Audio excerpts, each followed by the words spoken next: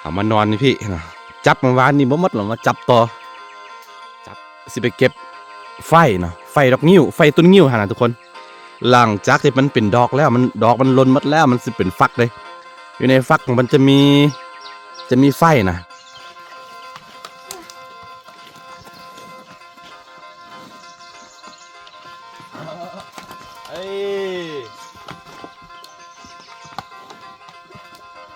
คือนี่ไฟจากต้นงิ้วเลยทุกคนเชื่อว่าหลายคนเนาะอาจจะบ่เคยเห็นเพราะว่ามันต้นงิ้วอาจจะบ่มีแบบว่าในทุกๆพื้นที่นะมันจะมีแต่มันจะมีบางเขตเนาะ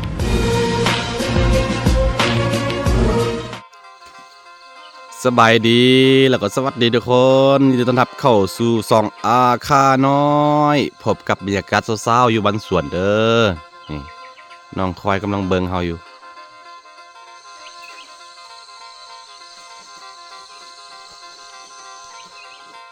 นี่คนเป็นบรรยากาศเศร้าๆคือเฮามา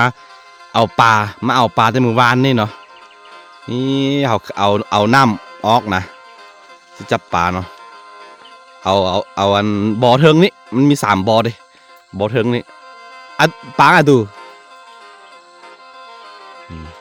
ตอนนี้เด็กน้อยกำลังไปยามมองอยู่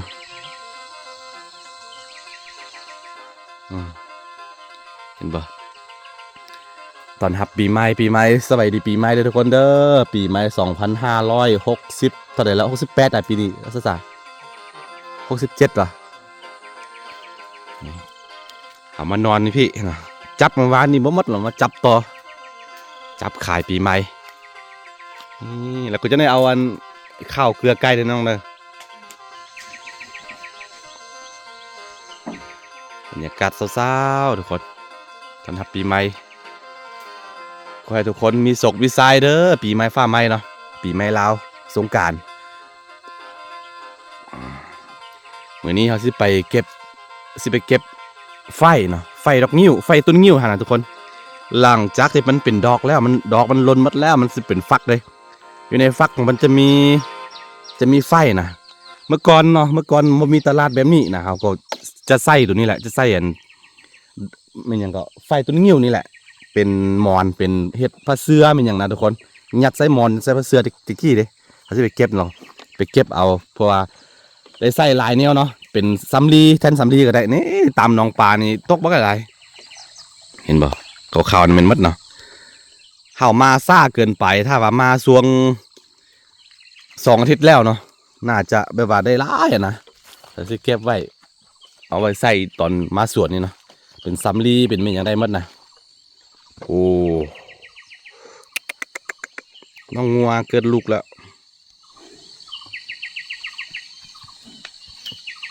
อย่ามาเด้ออีอย่ามา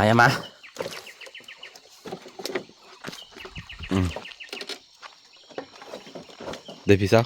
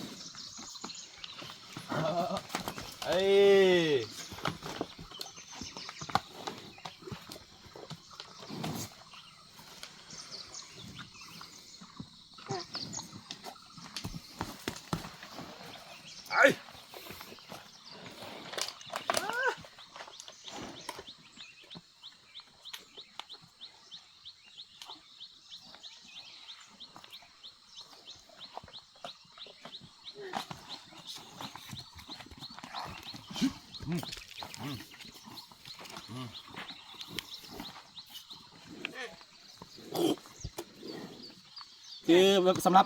การเลี้ยงวัวเลี้ยงควายเนาะเขาจะเอาเกลือมันอย่างโรยไว้ตามมักเห็นนะเวลาเขาบุยุมันก็สิกลับมาเนาะสิกลับมากินเกลือเด้มันสิบ่ไปไกลเนาะ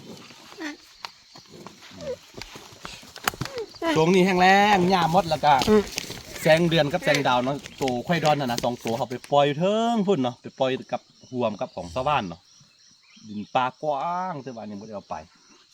เดี๋ยวอีกอาทิตย์หน้าก็สิได้ ไปเอากลับขึ้นมาอยู่นี่เนาะนี่คือการเลี้ยงงัวเลี้ยงควายอีก2-3 ปีข้างหน้าเขาสิขายหมดแล้วก็สิบลุงทืนปลูกอย่างพารานอกจาก2-3 พันต้นไว้กินตอนเท่านะเอาขี้ข้านปาดก็ให้ผู้อื่นปาดก็ได้เพราะมีหลายคนเขาปาดเลยจ้างปาดเนาะมาไปเก็บไฟกันมานี่อันนี้ของไอ้กี้น้อยเด้อนี่เด้อพอคนให้แล้วก็มีลูกแล้วตอนนี้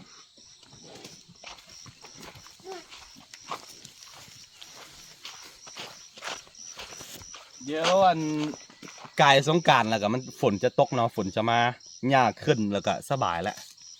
แต่ว่าตอนนี้ก็พออยู่เนาะสำหรับเขา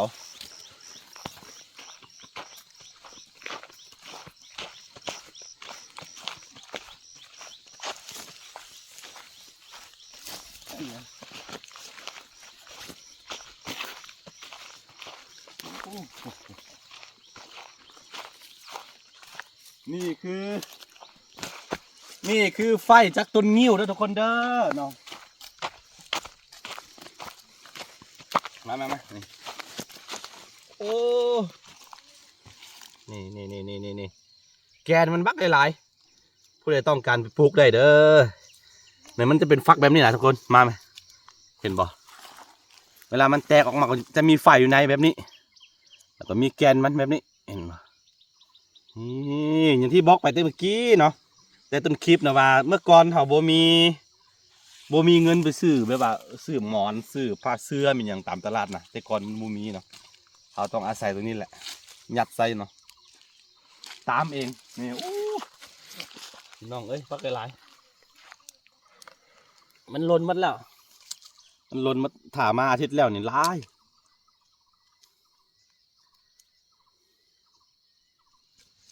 มันมีขั้นตอนของมันเด้ทุกคนบ่แม่นว่าสิใส่แบบนี้เด้ไปเขาเอิ้นมาอย่างว่าตัดเฮ็ดคือหน้าไปปัดเอาแบบว่าให้มันอ่อนๆแล้วก็ไปใส่แทนสำลีมันหยังก็ได้เด้อนี่เด้อโอ้หลายสุดนี่คือไฟจากต้นงิ้วเด้อทุกคนนี่ต้นของมัน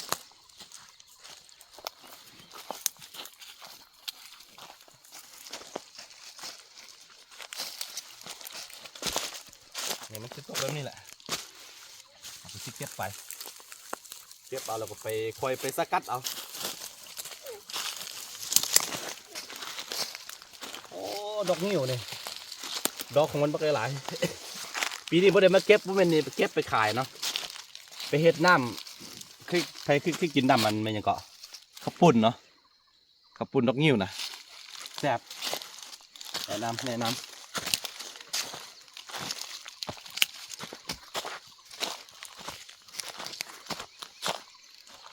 เอาบ่เก็บไหลเก็บไว้ใส่เฮ็ดอันตัวสำลีปันคอดหูนะ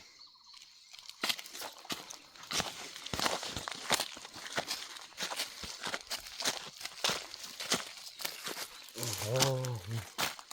ไม่ได้หลาย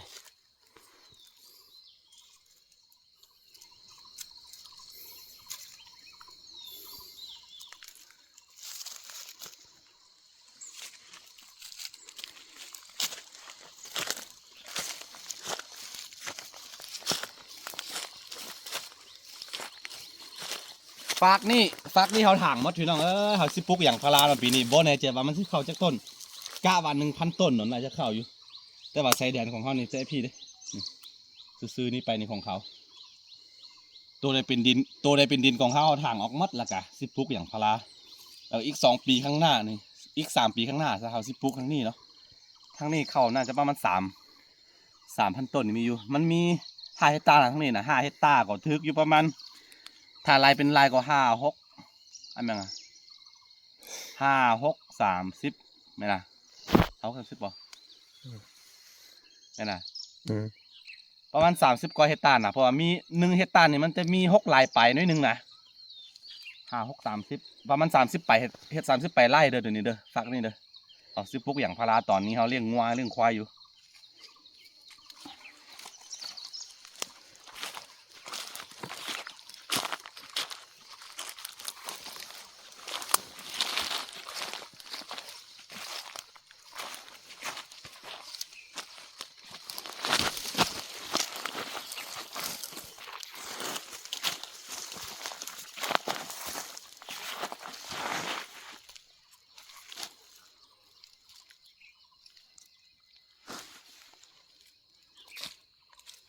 เอาไปเฮ็ดตัวปั้นคอดหูเด้อพี่น้องเด้อบ่จำเป็นต้องซื้ออยู่ตลาดเนาะเอาตัวนี้เฮ็ดเลยนี่แหละวิธีของเราใส่หุบไปตะกล้องโอ้ยโอ้ข่าวเลยนี่คือนี่ไฟยักษ์ตัวนี้งิ้วเลยทุกคนเสื้อว่าหลายคนเนาะอาจจะบ่เคยเห็นเพราะว่ามันต้นงิ้วอาจจะบ่มีแบบว่าในทุกๆพื้นที่นะมันจะมีแต่มันจะมีบางเขตเนาะคืออยู่เมืองนี่บ่มีเด้มีแต่อยู่นี่กับอยู่พุญญาคา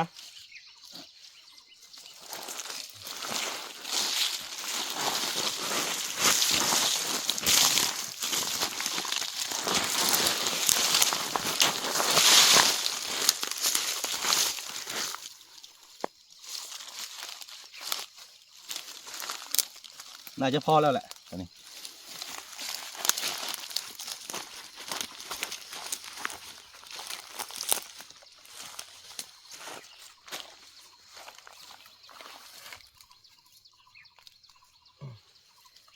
ลมแห้งเลยกับมันปิวไปทั้งบนอื่นหมดเนาะบ่แม่นนี่ถ้าเขามาเบิ่งตอนนั้น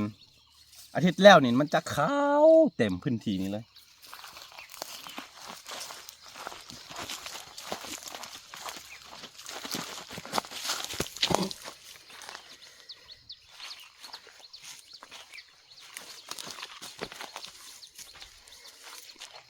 ได้หลายแล้วคือฝากนี่เขาคิดพิษนะทุกคนถ้าเขาปลูกอย่างพาราปีก่ายนี่เนาะถือว่าได้อยู่แต่ว่าเขาไปลงทุนซื้องัวซื้อควายมัดไปหลายเด้หลายเนาะหลาย10 ล้านเนี่ย60-70 ล้านพุ่นเนาะกีบเนาะแต่ว่าซาเลียแล้วคือว่ามันบกกลุ่มทุนทุกคนเลยเลี้ยงงัวเลี้ยงควายนะมันรักษายากนะต้องได้ดูแลมันตลอดเนาะยันมันสิออกคอกหรือแบบว่าสิออกจากหัวนะไปกินเครื่องปลูกของชาวบ้านบ่นะแล้วก็สิเห็นผลนี่ต้องใช้เวลา3-4 ปียากทุกคน ยากเลยเราเป็นแพรยูหูเบิ้งเอ้าเจ็บหูไม่ใช่อยากเลย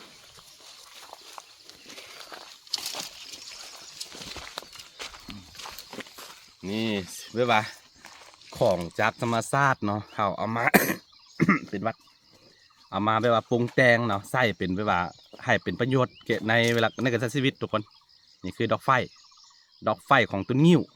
ดอกไฟงิ้วยังไงคือกันเนาะคือกับอันไฟตัวอันเขาปลูกเลยแต่ว่าตัวนี้จะมีความบนนิ่มนวลคืออันตัวไฟที่เขาปลูกไปเก็บผักเขาทองกัน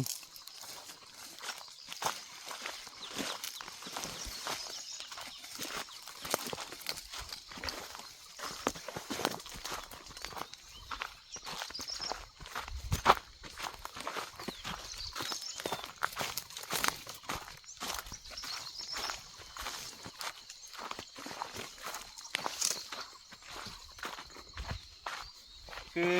ห้วยตัวนี้เนาะมันมีน้ำตลอดปีเดี๋ยวบ่แห้งเด้แล้วปีนี้เนาะเอาซิขุดบ่อง่ายๆแล้วก็ซิต่อเข้าไปบ้านเป็นน้ำสะอาดตอนน้ำดื่มสะอาดเลย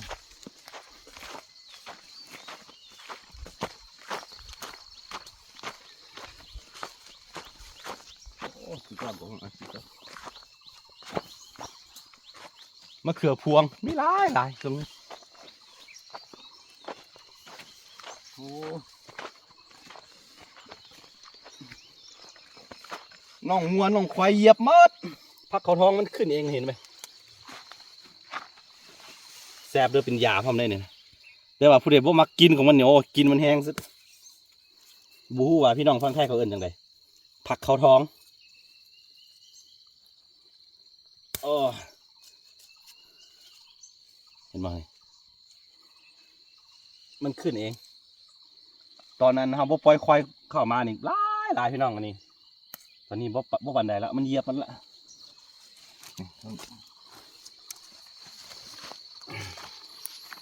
โอ้กำลังขึ้นกว่านี้โอ้นี่กำลังออก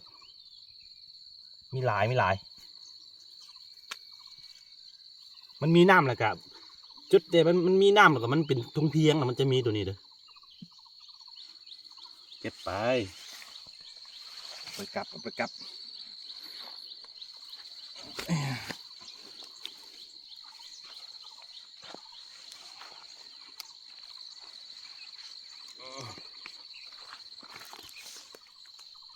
หากของมันเนื้อเอาไปดองเนาะเฮ็ดแบบเป็นส้มนะเฮ็ดดองแซ่บ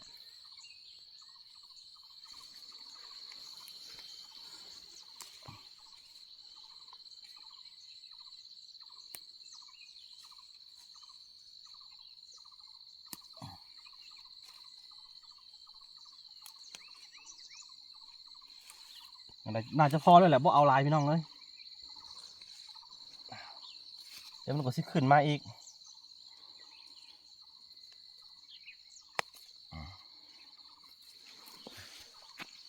มีน้ำตลอดเลยเอาเสียดลองตัดอยู่นี่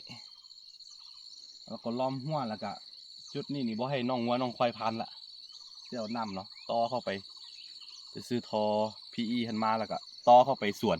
สบายน้ำกินน้ำสะอาดเนาะโอเคอันนี้จะเป็นคลิปบ้านๆเด้อคลิปกันหาไฟเนาะนอนสวนเนาะเมื่อคืนเนี่ยนอนนี่พี่เนาะมีน้องทรายอันนี้แล้วก็มีหลาน2 คนแล้วก็มีอากี้น้อยเนาะ4-5 คนนอนนี่กินปลาทำที่กินปีใหม่เด้ปีใหม่อยู่ดีมีแห้งเลยทุกคนเด้อ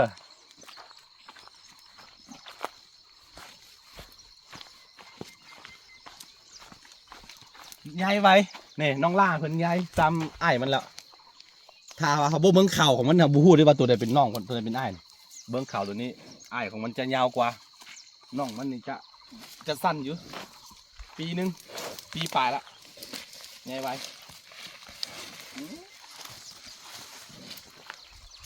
โอเคทุกคนนานๆที่จะได้ถ่ายคลิปให้ FC ได้เบิ่งกันเนาะหวังว่าต่อๆไปก็สิได้ถ่ายอยู่ไว้เจอกันในคลิปหน้าทุกคนนี่ก็ปีใหม่ลาวโอเคสบายดี